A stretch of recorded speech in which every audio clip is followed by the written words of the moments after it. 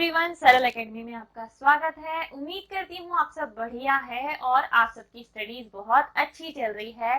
Last topic जो हमने cover किया था वो था बेटा नर जनन तंत्र यानी कि मेल रिप्रोडक्टिव सिस्टम। मैंने आउटर से आपको कुछ कुछ बताया था कि इसमें कौन कौन से अंग होते हैं और कौन से अंग का क्या काम है। आज हम डिटेल में एक्सप्लेन करेंगे कि कैसे नर जनन तंत्र में जो वृषण होते हैं उसकी संरचना कैसी होती है, कैसे शुक्राणु का निर्माण होता है और वो शुक्राणु फिर आगे पहुंचते हैं। ठीक है, तो डिटेल में डिस्कशन आज हमें करना है।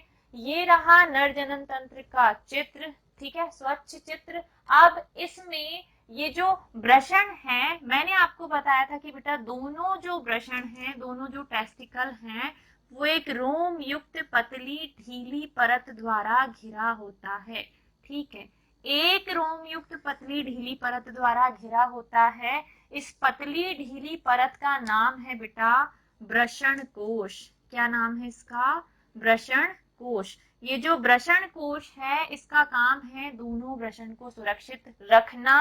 ये शरीर के हल्का सा बाहर की तरफ पाया जाता है ताकि ये दोनों भी शरीर के हल्का सा बाहर की तरफ रहें, जिससे जो वृषण है उनका तापमान शरीर के तापमान से 2 से 2.5 डिग्री सेल्सियस तक कम रहे। ठीक है, 2 से 2.5 डिग्री सेल्सियस तक कम रहे। तो पहला स्ट्रक्चर जो है वो क्या है बेटा? वृषण को सुरक्षित रखने वाला आवरण है वृषण कोश। ठीक है, पहला जो अंग हमें मिला है वो क्या है? वृषण कोश। वृषण कोश एक छोटी सी थैली है जो कि पतली ढीली रोम युक्त परत है। इस रोम युक्त परत का कार्य है दोनों वृषण को सुरक्षित रखना।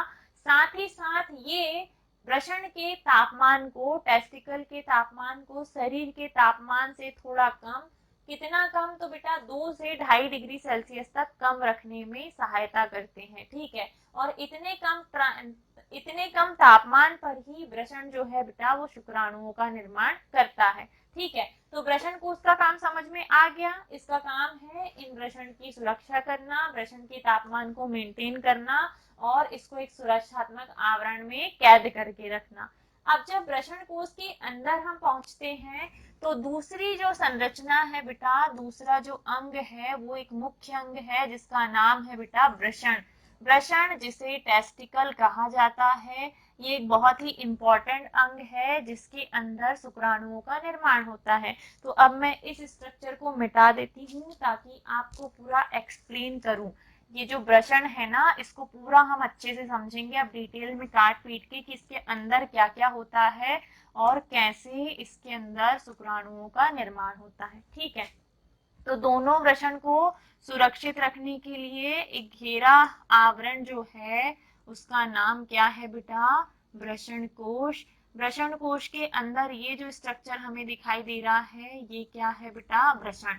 तो अब हम इधर बनाएंगे बड़ा सा वृषण क्योंकि इसके अंदर हमें सारे अंग बनाने हैं। ठीक है, अगर वृषण की संरचना देखी जाए तो इसकी संरचना बेटा अंडाकार होती है।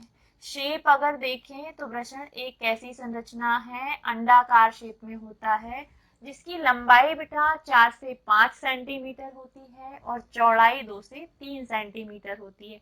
अगर वृषण की संरचना देखी जाए तो इसकी लंबाई है 4 से 5 सेंटीमीटर और चौड़ाई है बेटा 2 से 3 सेंटीमीटर। ठीक है, तो वृषण एक अंडाकार संरचना है जिसकी संख्या नर जनन तंत्र में 2 होती है।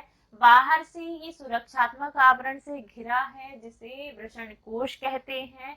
वृषण की लंबाई 4 से 5 सेंटीमीटर और चौड़ाई 2 से 3 सेंटीमीटर होती है। ठीक है, अब वृषण कोश के भी अंदर जब हम पहुंचते हैं तो वृषण को चारों तरफ से एक पतली ढीली परत घेरे रहती है बेटा। चारों तरफ से एक पतली ढीली परत घेरे रहती है। इस पतली ढीली परत को कहा जाता है ट्यूनिका वेजिनेलिस। ठीक है, ट्यूनिका वेजिनेलिस। अगर हम बात करें वृषण की तो वृषण को चारों तरफ से 2 आवरण घेरे रहते हैं। संयोजी ऊतक स्तरों से घिरा होता है। इसको मैं मिटा देती हूँ, इसका काम नहीं है। ठीक है, वृषण दो संयोजी ऊतक स्तरों से घिरा होता है। वृषण दो संयोजी ऊतक स्तरों से घिरा होता है। पहला है बेटा ट्यूनिका वेजिनेलिस।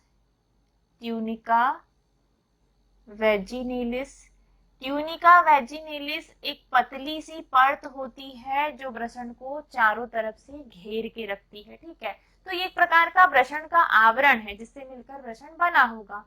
फिर ट्यूनिका वेजिनेलिस के अंदर की तरफ एक और परत पाई जाती है जिसे कहा जाता है बेटा ट्यूनिका एल्व्यूजीनिया। ट्यूनिका एल्व्यूजीनिया। इस प्रकार हम कह सकते हैं कि वृषण दो आवरणों से घिरा हुआ है। बाहर वाला आवरण है ट्यूनिका वेजिनेलिस, अंदर वाला आवरण है ट्यूनिका एल्व्यूजीनिया। बाहर का आवरण बेटा पतला होता है, अंदर का आवरण मोटा होता है। दोनों आवरण के बीच में एक द्रव भरा होता है चारों तरफ। इस द्रव को कहा जाता है बेटा तरल देह गुहा द्रव। वृषण कोश के अंदर है वृषण, दोनों वृषण सुरक्षित हैं। वृषण को दो आवरण घेरे हुए हैं या दो आवरणों से मिलकर, दो ऊतक स्तरों से मिलकर वृषण बना हुआ है। बाहरी आवरण को बेटा ट्यूनिका वेजिनेलिस कहते हैं, अंदर वाले आवरण को ट्यूनिका एल्व्यूजीनिया कहा जाता है। यहाँ तक क्लियर? अभी तक हमने सिर्फ आवरण की बात की, वृषण कोश, ट्यूनिका वेजिनेलिस, ट्यूनिका एल्व्यूजीनिया। जैसे ही हम इन परतों को पार करके अंदर पहुंचेंगे, इतने सारे आवरण देने का काम ताकि कोई हिट करे, कोई चोट लगे तो उन चोटों से वृषण को बचाया जा सके, क्योंकि ये मुख्य लैंगिक अंग है। इसी के अंदर शुक्राणु का निर्माण होगा और यही अगली पीढ़ी तक पहुंचेगा, अगली पीढ़ी को जन्म देगा।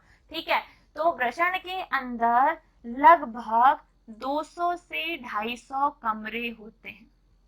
ऐसे अगर हम देखें तो वृषण के अंदर 200 से 250 कमरे होते हैं। इन 200 से 250 कमरों को बेटा वृषण पालिका कहते हैं। वृषण पालिका कहते हैं। संख्या है बेटा 200 से 250। वृषण के अंदर 200 से 250 कमरे होते हैं जिन्हें वृषण पालिका कहते हैं। वृषण पालिका की संख्या है 200 से 250। इन 200 से 250 वृषण पालिकाओं के अंदर बेटा 1 से 3 शुक्रजन नलिकाएं पाई जाती हैं। ठीक है, 200 से 250 तो कमरे हो गए, वृषण पालिका हो गई। इन वृषण पालिका के अंदर लगभग किसी में 2, किसी में 3 नलिकाएं पाई जाती हैं। इन नलिकाओं को बेटा शुक्रजन नलिकाएं कहते हैं। तो देखो, वृषण के अंदर हम जैसे ही पहुंचे तो वृषण के अंदर बेटा 200 से 250 कमरे हैं जिसे हम क्या कह रहे हैं, वृषण पालिका कह रहे हैं। फिर वृषण पालिका के अंदर जैसे ही पहुंचोगे तो इसके अंदर क्या है बेटा, शुक्रजन नलिका। शुक्रजन नलिका, शुक्रजन नलिका की संख्या है 1 से 3। वृषण पालिका की संख्या है 200 से 250। ठीक है, 200 से 250। अब जैसे ही शुक्रजन नलिका को हम इकट्ठा कर दें ले जाके, सारी की सारी शुक्रजन नलिका ऐसे धीरे धीरे करके ऊपर की तरफ बढ़ती है और आगे जाके इनका मुंह जहां खुलता है उस जगह को बोला जाता है बेटा वृषण जालक। यहाँ जाके सारी की सारी नलिकाएं इकट्ठी हो जाएंगी। सारी शुक्रजन नलिकाओं का मुंह जहां जाके खुलेगा उस संरचना का नाम है बेटा वृषण जालक। यहाँ कहीं एक जालनुमा स्ट्रक्चर बनेगा। इस जालनुमा स्ट्रक्चर को कहा जाता है वृषण जालक। ठीक है, सारी शुक्रजन नलिकाएं जाके एक जगह पे इकट्ठी हो जाती हैं, सबका मुंह जाके एक जगह पे खुलता है। इस संरचना का नाम है बेटा वृषण जालक। अब आगे क्या होगा, तो आगे होगा ये कि इतनी सारी शुक्रजन नलिकाएं, अगर एक में 1 से 3 है तो 200 से 250 में अगर मैं 220 वृषण पालिका पकड़ लूं और एक एक में अगर 3 3 भी हुई या 2 2 भी हुई तो 3 शून्यम 0 3 दूनी 6 3 दूनी 6 660 यहाँ पे नलिकाएं रहेंगी, और 660 नलिकाएं मतलब बहुत बड़ा जाल बन जाएगा। तो क्या होता है, सारी की सारी शुक्रजन नलिकाएं बहुत ज्यादा गुच्छा जैसा बना लेंगी। तो यहाँ पे 4 5 6 7 8 को एक गुच्छे में रखो, फिर 4 5 6 7 8 को एक गुच्छे में रखो, फिर 4 5 6 7 8 को एक गुच्छे में रखो। ऐसे करके 5 5 10 10 के यहाँ बंडल बनेंगे, और उन बंडलों को कहा जाता है बेटा शुक्रवाहिनी या शुक्रवाहिका। यहाँ पे शुक्रवाहिका होती है, और शुक्रवाहिका के अंदर ही बेटा कौन होती है, शुक्रवाहिका के अंदर ही शुक्रजन नलिकाएं होती है। इनकी संख्या भी बहुत ज्यादा है, क्योंकि एक एक के अंदर 5 5 10 10 शुक्रजन नलिकाएं होती है। तो अभी तक हम कहाँ कहाँ पहुंचे, वृषण कोश के अंदर है वृषण। वृषण 2 ऊतक स्तरों से घिरा हुआ है, जो कि स्पॉन्जी है। बाहर वाला है ट्यूनिका वेजिनिलिस, अंदर वाला है ट्यूनिका एल्यूजीनिया, और दोनों लेयर्स के बीच में एक लिक्विड भरा हुआ है। इस लिक्विड को कहा जाता है देह गुहा द्रव। अब जब हम वृषण के अंदर पहुंचते हैं, इसको काट के देखते हैं, तो इसके अंदर लगभग बेटा 200 से 250 चैम्बर्स हैं, जिसे वृषण पालिका कहते हैं। वृषण पालिका, एक एक वृषण पालिका के अंदर शुक्रजन नलिकाएं हैं बेटा, और इन शुक्रजन नलिकाओं को ले जाकर एक जगह पर इकट्ठा कर दें, तो उस जगह का नाम है बेटा वृषण जालक। इस जगह का नाम है वृषण जालक। वृषण जालक का जो गुच्छा है वो बहुत ज्यादा है, यहाँ पे ढेर सारी नलिकाएं हैं, शुक्रजन नलिकाएं। तो ऐसे 5 5 10 10 नलिकाओं का एक एक बंडल यहाँ है, उस बंडल को कहा जाता है बेटा शुक्रवाहिका। शुक्रवाहिका का मुंह आगे जाके एक संरचना में खुलता है, जहां सारी की सारी जो नलिकाएं हैं, ये जो सारी की सारी नलिकाएं हैं, इन नलिकाओं के अंदर बेटा बनते हैं शुक्राणु। शुक्राणु शुक्रजन नलिका के अंदर बन गया, जब बन गया तो वो शुक्राणु नलिका के थ्रू आगे आएगा, और आगे आकर ये यहाँ आगे की तरफ आएगा। तो ये जो खुला हुआ स्ट्रक्चर मैंने ग्रीन कलर से बनाया है, इस संरचना का नाम है बेटा अधिवृषण या इपीडिडाइमस। इसे क्या कहते हैं, अधिवृषण इपीडिडाइमस, इपीडिडाइमस। ठीक है, अधिवृषण। अब शुक्राणु आ गया अधिवृषण में। अब शुक्राणु जब नया नया शुक्रजन नलिका के अंदर बना, इसके बनने की प्रक्रिया हम आगे पढ़ेंगे। तो यहाँ से यहाँ तक पहुंचने का पोषण इसके पास है, और वो इसको शुक्रजन नलिका के अंदर ही मिलेगा। ठीक है, इसको मैं आगे विस्तार से आपको पढ़ाऊंगी। लेकिन जब शुक्राणु शुक्रवाहिका से उतर इधर आ जाता है, कहाँ, अधिवृषण में, तो अब यहाँ पर आकर शुक्राणु रुकेगा, ठहरेगा, कुछ समय तक यहाँ रहेगा, मैच्योर होगा, और उसे पोषण मिलेगा यहीं पे, कहाँ, अधिवृषण के अंदर। अब ये जो अधिवृषण है बेटा, इसका मुंह एक नलिका में खुलता है। उस नलिका का, ये पीछे से घूम के जाती, इस संरचना के नीचे से घूम के जाएगी आगे। ठीक है, ये जो जालक है इसके पीछे की तरफ से घूम के संरचना यहाँ जाके खुलेगी। आप इसे इधर से भी बना सकते, कोई दिक्कत नहीं, इसको बनाने का कोई एक्सपेरिमेंटल तरीका नहीं है। तो देखो क्या होगा, अधिवृषण का मुंह आगे जाके जिस संरचना में खुला, उसको कहा जाता है बेटा शुक्रवाहिनी। ठीक है, शुक्रवाहिनी। अब शुक्रवाहिनी आगे जाके कनेक्ट हो रही है कहाँ, इस संरचना में, और इस संरचना को कहा जाता है क्या, इस संरचना को कहा जाता है शुक्रवाहक। तो अगर हम सिर्फ इतनी संरचना देखें, सिर्फ इतनी संरचना देखें, तो यही होती है वृषण की अनुप्रस्थ काट। इसके आगे की कहानी मैं आगे बताऊंगी। अभी के लिए देखो कितना बताया मैंने। अभी के लिए जो वृषण है उसको सुरक्षित रखने का काम वृषण कोश कर रहा है।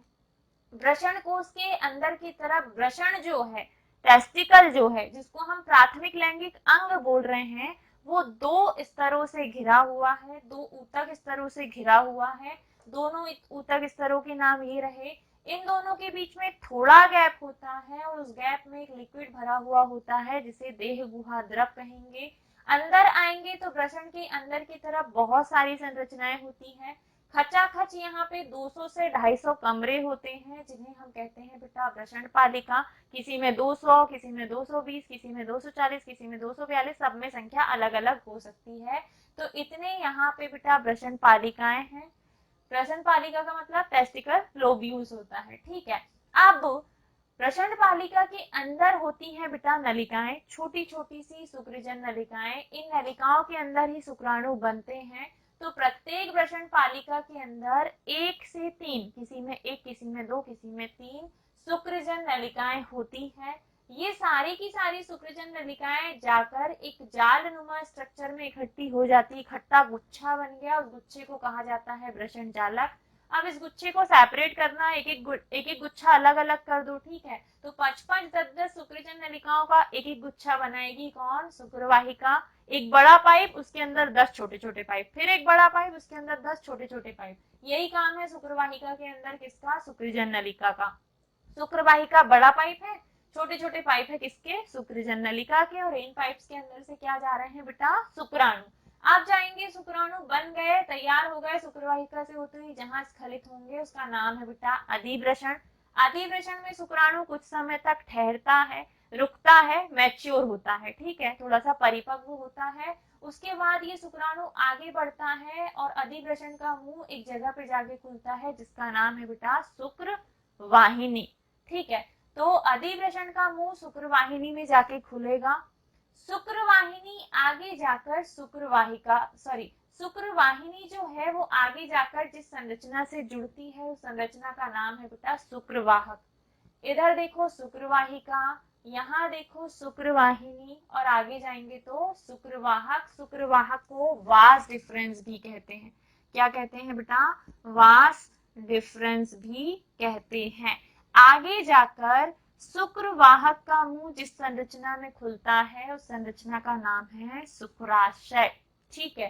तो यहाँ पे अधिवृषण के अंदर शुक्राणु को इतना पोषण मिल जाएगा, वो इतना मैच्योर हो जाएगा कि अब वो शुक्रवाहिनी से होते हुए, शुक्रवाहक से होते हुए आगे जाकर कहाँ पहुंच जाएगा बेटा? इस संरचना का नाम क्या है? इस संरचना का नाम है शुक्राशय, जो कि एक इम्पॉर्टेंट ग्रंथि है किसकी? नर जनन तंत्र की, ठीक है। तो अब शुक्रवाहक से होते शुक्राणु शुक्राशय तक पहुंचते हैं। यहाँ तक आने का पोषण इसने दे दिया और शुक्राणु के पास अपना खुद का ऊर्जा घर यानी कि माइटोकॉन्ड्रिया होता है।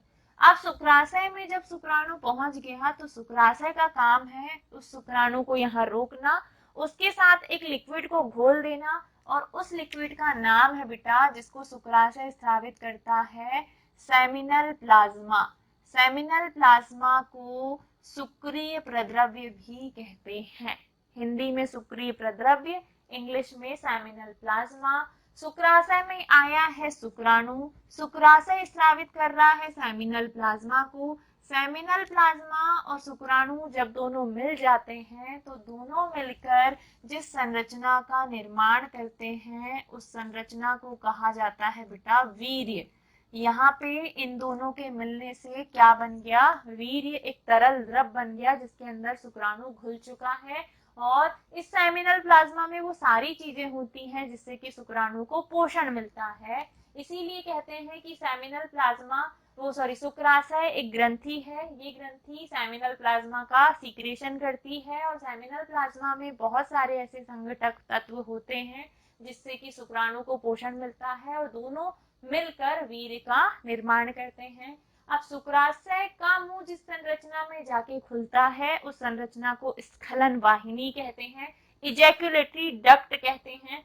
इस इजैक्यूलेटरी डक्ट के आगे पहुंचोगे तो नीचे की तरफ एक मटर के दाने की 2 ग्रंथियां होती है। मटर के दाने के आकार की 2 ग्रंथियां होती है जिसे प्रोस्टेट ग्रंथि कहते हैं।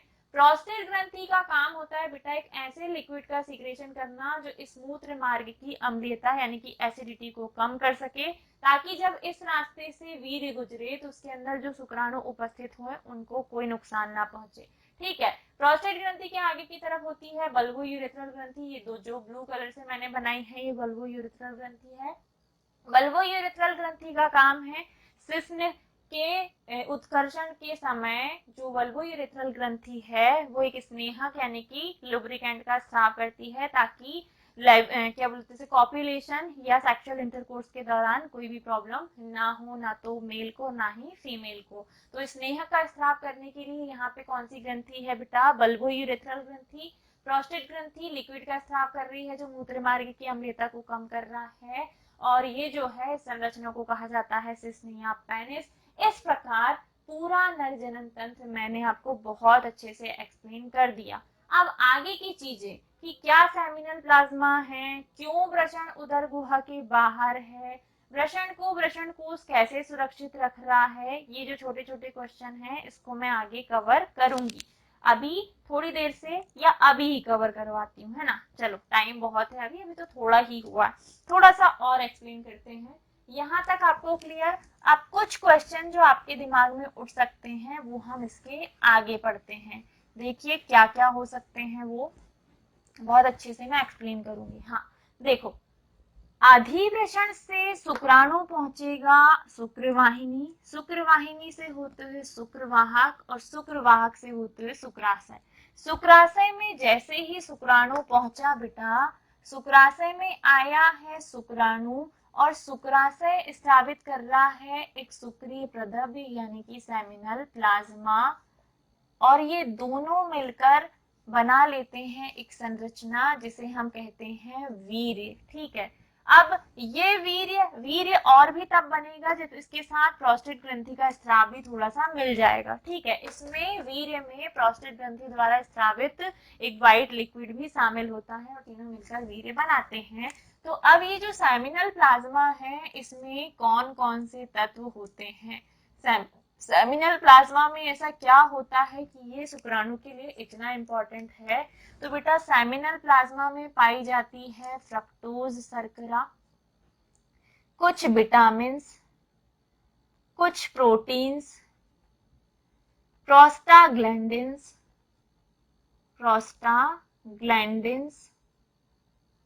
CaCO3 कैल्शियम कार्बोनेट, इतने सारे एलिमेंट्स पाए जाते हैं बेटा सेमिनल प्लाज्मा में।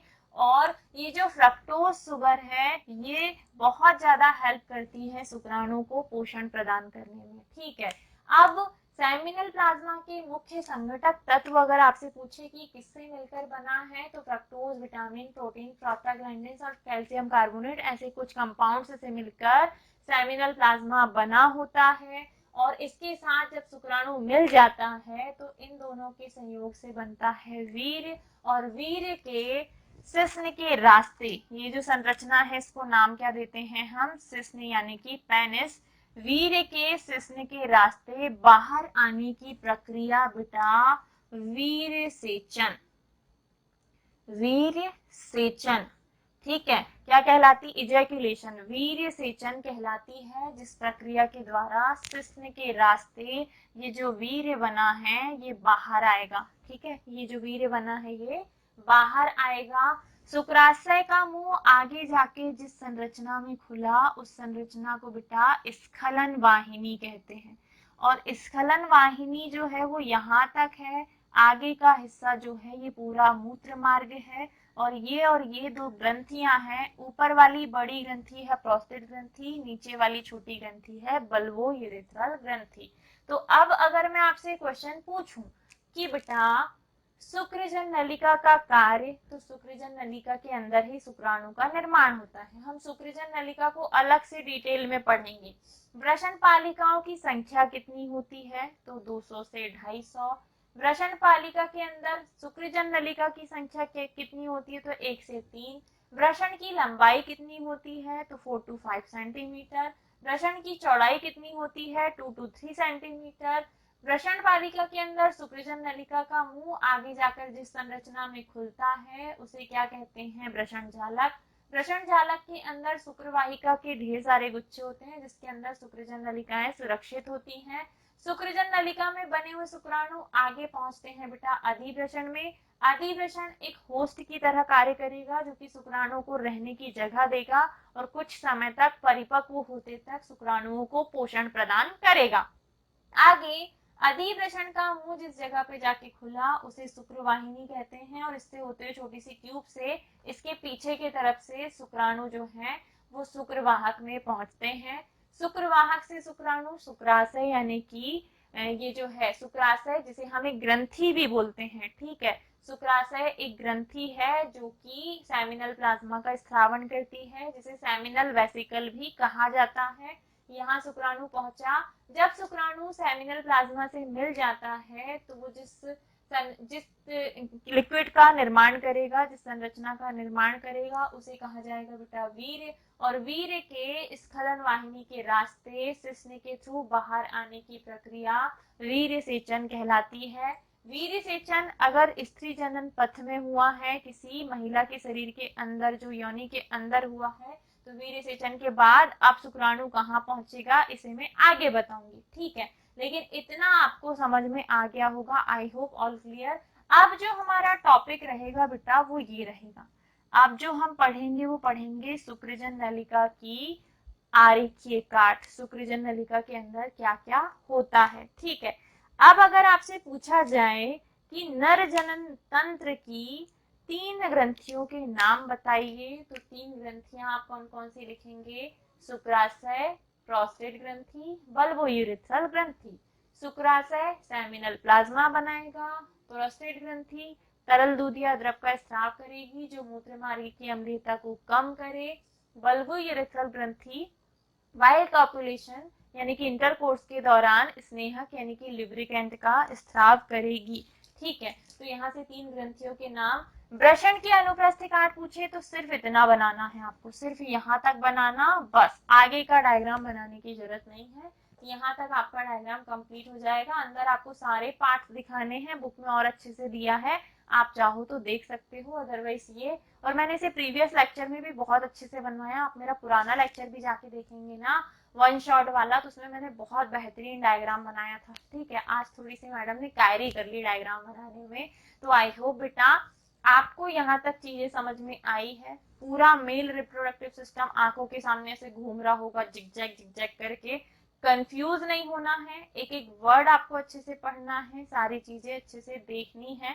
एक और बात, वृषण बेटा प्राथमिक लैंगिक अंग है, इसके अलावा हमने जितने भी अंग पढ़े हैं ये सारे द्वितीयक लैंगिक अंग है। वृषण के अलावा मैंने आपको जितने भी अंग पढ़ाए हैं वे सारे द्वितीयक लैंगिक अंग हैं, ठीक है। हेल्पिंग आप सपोर्टिंग ऑर्गन्स कह सकते हैं, लेकिन प्राइमरी तौर पे सबसे इंपॉर्टेंट संरचना का नाम वृषण है, क्योंकि वृषण के अंदर ही, टेस्टिकल के अंदर ही शुक्राणु का निर्माण होता है।